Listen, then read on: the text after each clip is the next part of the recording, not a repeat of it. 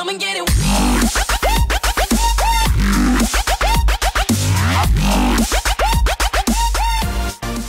What is going on, guys? My name is Crazy Cool Commentary, or Samuel, your #1 kid commentator, and welcome back on my channel, guys. It's going to be something really different on my channel, and I know that's something I've been saying really often here on the channel. I've been saying, like, yeah, this is a really different video, but this is probably going to be the last one because I just want to focus on the existing content I have on my channel and grow my channel off that. So anyway, I've been getting comments on a few of my videos saying, you know, how do you put your face on thumbnails? How do you, like, crop your face out? And then, like, what editing software do you use? Is it free? Is it, you know, how much is it? And so I decided, why not just make a video, because I got a comment on my last video. This has been like the 4th one, and basically Huz23 Gamers, he asked, like, you know, how do you put your face on pics or something like that. I forget what he said, but it'll be on screen right now. And that was what did it, you know. I'm just like, okay, now a few people have asked, I might as well make a tutorial because I figured people could benefit from it.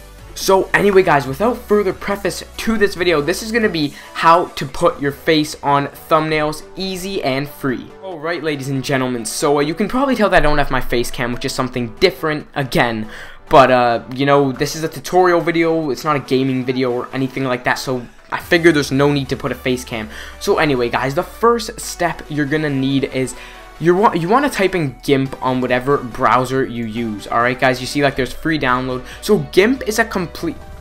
My doorbell wants to go off any more times. So guys, GIMP is a completely free basically software for making thumbnails or whatever. So you're gonna wanna type in GIMP. You know, you're gonna click on it, and right away you're gonna see GIMP, you know, celebrating 20 years. You're gonna see download. So, you know, I have Mac, so, you know, you just type in, like, GIMP download Mac or something, but it is compatible on Mac, so that's good for Mac users such as myself. But yeah, you're just gonna want to download it, and I already have it right here. Here's GIMP, guys. I have 2.8. I don't think this is the newest version anymore, but yeah, so guys, here it is. People have said it's the free Photoshop, which I personally agree with. I mean, there's just so many things to do on this. It's absolutely insane. You could literally do everything.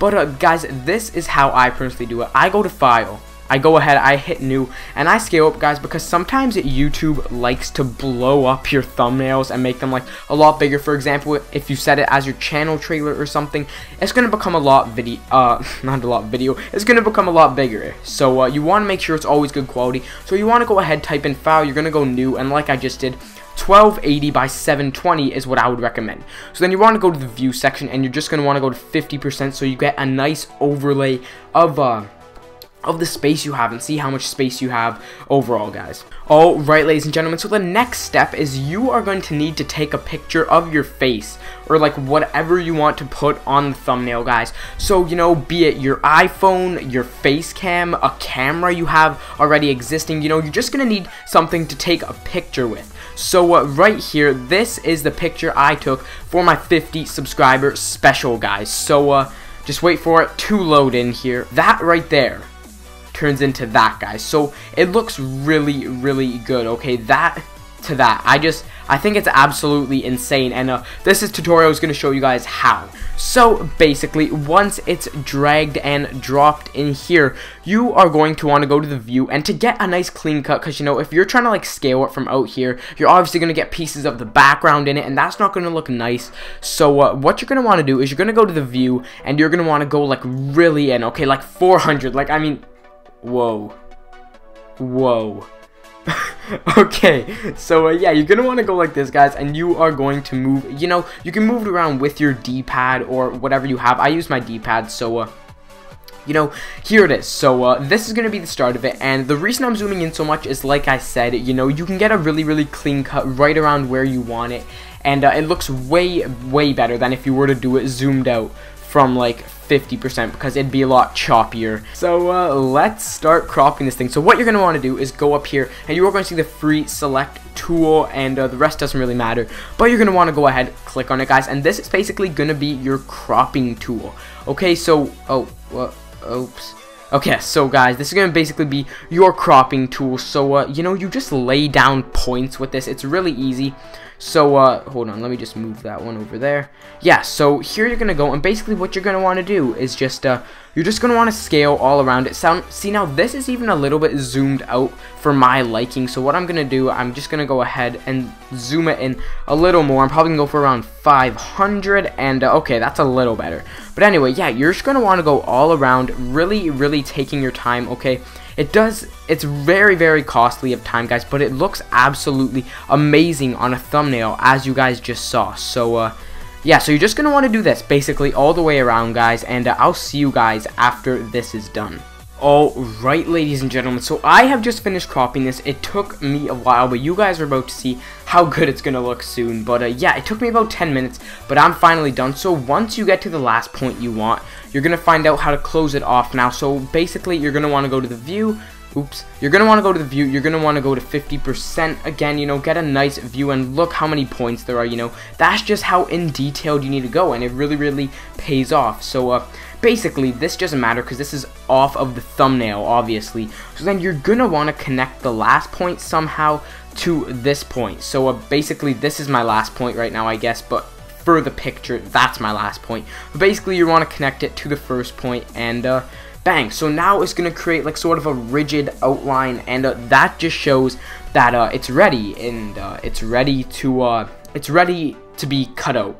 Alright, guys, so I will transition to my phone now to show you guys how you can actually cut this from the background. Alright, ladies and gentlemen, so just because my camera cannot reach down here, guys, basically this is what you're going to want to do.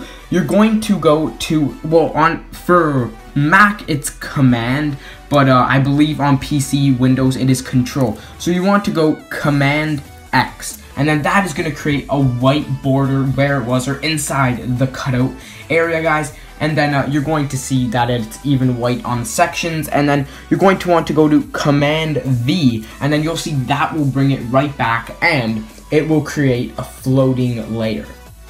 Okay, guys, so that floating layer now, so basically the floating layer is the layer inside, because you cut it then brought it back as a floating layer. So what you're going to want to right click that section, and you're going to make it a new layer. So now, guys, as you can see, that cutout is the new layer, and this one is the background. So now what you're gonna want to do is right click on the background, and you're gonna delete that layer, and there you have it, guys, a nice little cutout right there. So as you can see now, it's sort of starting to take shape of what the final product is, as you're about to see. So that's the final product, you know, it's starting to take shape, but I will even get in how to do that outline, guys. Alright, ladies and gentlemen, so I have gone on my browser search, and I have typed in cool backgrounds. Now this isn't what I do on a normal thumbnail. Actually, I actually make my backgrounds, but that, if you guys want, can be a whole new tutorial on how to make a really nice looking background. But basically, you know,